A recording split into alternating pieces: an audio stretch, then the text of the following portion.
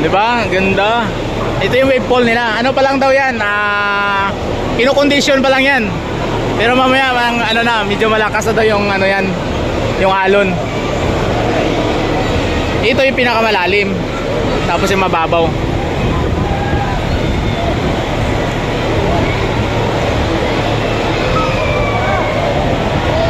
Uy, shout out, shout out! Galing, galing.